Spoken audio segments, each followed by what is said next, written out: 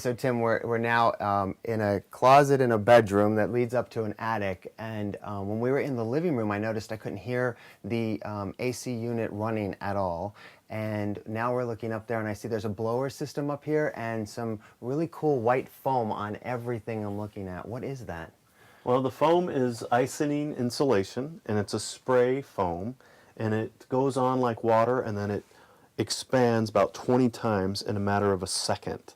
Wow. And basically it fills every crevice and crack, everything, so that it seals the house extremely tight, and it makes the house extremely energy efficient. And then the system you're looking at is a highly energy efficient heating and cooling system. The blower is a 16-SEER system, and it's 2-speed. So most of the time it runs on low speed unless it's trying to ramp up or down the temperature rapidly. So if the temperature is constant, it runs on low and you can't really hear it very well.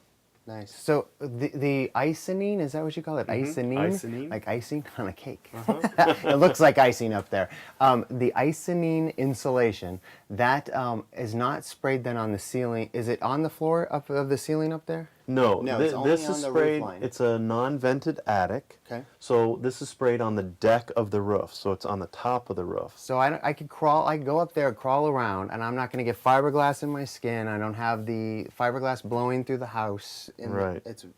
And is this a low VOC product, this Icynene? Yes, they have environmental statements that say it's all low VOC and it doesn't off-gas after it's dried and everything. So it's technically, as far as I'm concerned, a very good product. And what would it change for my R factor? Do you have an idea of how much that would change my R factor by putting that in there versus regular insulation?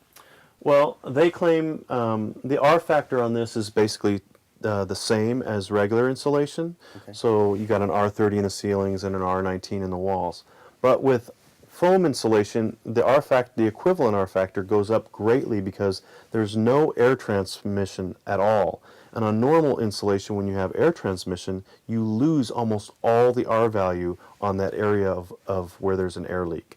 So typically, this R value is much greater on an effective R value. Because we're not allowing heat or cold to come in or out because this foam has expanded into every little crevice up there, and so there's sealed no off air that, leaks. Which is again back to why we're at a tight house as far as air and making sure we keep the toxins out. Exactly. Nice.